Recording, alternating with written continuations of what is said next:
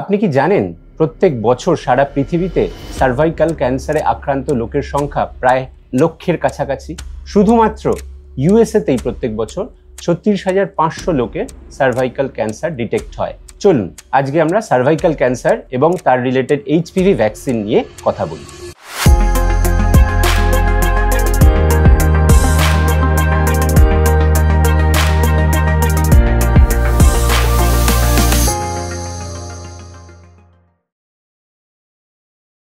High, আমি doctor Anand Sikdar, consultant gynaecologist and robotic surgeon attached with Vivacity multispeciality hospital. Cervical cancer জিনিসটা HPV virus দিয়ে কিভাবে infected হয়, পরীক্ষা করে দেখা গেছে যে সার্ভাইকাল ক্যান্সার বেসিক্যালি এইচপিভি যে ভাইরাস, হিউম্যান প্যাপিলোমা ভাইরাস, এই ভাইরাসের মেইনলি দুটো স্ট্রেন দিয়ে 16 অ্যান্ড 18 এই দুটো স্ট্রেন দিয়ে ইনফেকশন হলে তাদের ক্ষেত্রে সার্ভাইকাল ক্যান্সারের চান্সটা অনেক বেড়ে যায়। এখন নানান রকমের ভ্যাকসিন অলরেডি আবিষ্কার হয়ে গেছে এবং সেগুলো বিভিন্ন জায়গায় পৃথিবীর বিভিন্ন দেশে অলরেডি মাস মার্কেটে ইমপ্লিমেন্টেড হচ্ছে, যেখানে দেখা গেছে যে এই 16 এবং 18 এই দুটো এইচপিভি ভাইরাসের এগেনস্টে ভ্যাকসিন দেওয়া হচ্ছে। এছাড়াও আরও প্রযুক্তির উন্নতির সাথে সাথে আরও ব্রড স্পেকট্রামের আমরা ভ্যাকসিন তৈরি করতে পেরেছি, যেগুলো 4টে ভ্যারিয়েন্ট লাইক 6, 11, 16, 18 এবং 9টা ভ্যারিয়েন্ট মানে 9টা স্ট্রেন অফ এইচপিভি ভাইরাসকে আক্রান্ত হতে আটকাচ্ছে। তো এই ভ্যাকসিনগুলো কিভাবে দেওয়া হয়, না বলা হয় যে যদি আপনার বাড়িতে 9 থেকে 21 বছরের ছেলে এবং 9 থেকে 26 বছরের কোনো মেয়ে থাকে, তাহলে তাদেরকে এই ভ্যাকসিন দিয়ে আপনি ফিউচারে তাদের সার্ভাইকাল ক্যান্সার থেকে রক্ষা করতে পারেন। অনেকের ধারণা থাকে যে সার্ভাইকাল ক্যান্সার তো শুধুমাত্র মহিলাদের হয়, তাহলে কেন ছেলেদের ভ্যাকসিন দেওয়ার দরকার? এটা একটা মিথ। শুধুমাত্র এইচপিভি ভ্যাকসিন দিয়ে যে আমরা সার্ভাইকাল ক্যান্সার থেকে আটকাচ্ছি তা নয়। হিউম্যান প্যাপিলোমা ভাইরাস সার্ভাইকাল ক্যান্সারের সাথে সাথে genital warts, oral cancer, throat cancer, anal cancer, এগুলো নানান রকম রোগ সৃষ্টি করে, যেগুলো মহিলা পুরুষ দুজনকেই ইনভলভ করতে পারে।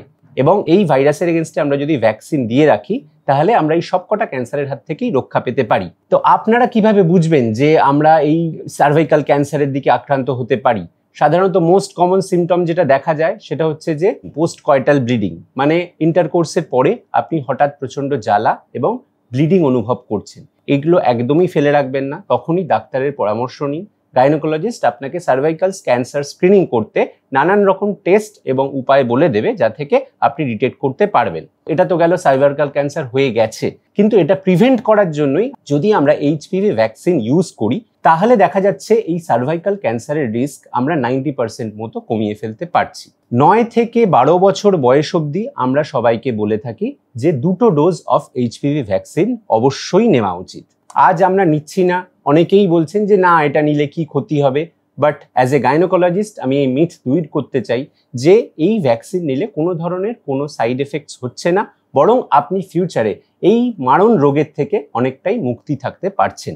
9 থেকে 12 বছর অবধি 2টো ডোজ নেওয়া হয় এবং যদি 12 বছর থেকে ওপরে কোনো মহিলা এবং পুরুষ থাকে, তাহলে তাদের ক্ষেত্রে 3টে ডোজ নেওয়ার জন্য বলা হয়ে থাকে। 45 বছর পর্যন্ত মহিলারা নিতে পারেন, তবে বেস্ট এই এফেক্ট পাওয়া যায় যদি ফিজিক্যাল ইন্টারকোর্সের আগে এই ভ্যাকসিন নিয়ে নেওয়া যায়। কারণ এই ভাইরাসটা, যেটা হিউম্যান প্যাপিলোমা ভাইরাস, এটা মেনলি সংক্রমণ হয় ইন্টারকোর্সের সময়। তাই যদি ফার্স্ট এক্সপোজারের আগে আমি ভ্যাকসিনটা নিতে পারি, তাহলে আমি অনেকটাই এই রোগ থেকে মুক্ত থাকতে পারবো। পরেও যে নেওয়া যায় না তা নয়, কিন্তু তার এফিকেসি কমতে থাকে। তাই জন্য আপনাদের সবাইকে জানাচ্ছি যে সবাই অ্যাওয়্যার হন। এই সার্ভাইকাল ক্যান্সারটাকে আমরা অবশ্যই একটা ভ্যাকসিন দিয়ে নির্মূল করতে পারি, 90% অবধি রিডাকশন করতে পারি। তাই এই মারণ রোগ থেকে বাঁচতে আজই আপনি এবং আপনার আশেপাশে যারা আছেন তাদেরকে জানান এবং গাইনোকোলজিস্টের পরামর্শে এই এইচপিভি ভ্যাকসিন নিন। এই ভিডিও রিলেটেড বা অন্যান্য কোনো মেডিকেল কন্ডিশন জনিত যদি আপনার কোনো কোয়ারি থাকে, তাহলে আপনি এই ভিডিও ডেসক্রিপশন বক্সে যে লিঙ্ক দেওয়া আছে সেখানে আপনার প্রশ্ন জানাতে পারেন। আমাদের হসপিটালের মেডিকেল টিম তার জন্য আপনাকে যথাযথ হেল্প করবে এবং আপনার প্রশ্নের উত্তর দিয়ে দেবে। অন্যান্য গাইনোকোলজিক্যাল সমস্যার অনেক ক্ষেত্রেই আপনার গাইনোকোলজিস্ট আপনাকে বলে থাকতে পারেন যে নানান রকম যোগা এবং ফিজিক্যাল এক্সারসাইজ করলে আপনি আপনার বডি ওয়েটটাকেও কন্ট্রোল করতে পারবেন এবং নানান রকম সমস্যা থেকেও মুক্ত থাকতে পারবেন। তো সেই সমস্ত ক্ষেত্রে আমাদের হসপিটালে মুক্তি যোগা বলে একটি কেন্দ্র আছে, যেখানে এসে আপনি যোগাযোগ করতে পারেন। এখানের মেডিকেল টিম আপনাকে বিভিন্ন যোগা যেটা আপনার জন্য যথোপযুক্ত সেই হিসেবে গাইড করে দেবে। তাছাড়াও যে কোনো রোগ এবং প্রেগন্যান্সির সময় সুনির্দিষ্ট ডায়েট প্ল্যান থাকলে আপনার সেই রোগ থেকে বেরোতেও অনেকটাই সুবিধা হবে। তো আমাদের হসপিটালে সেপারেটলি ডায়েটিশিয়ান এবং নিউট্রিশনিস্ট টিম রয়েছে যারা আপনাকে সঠিক ডায়েটারি প্ল্যান তৈরি করতে হেল্প করবে। নমস্কার।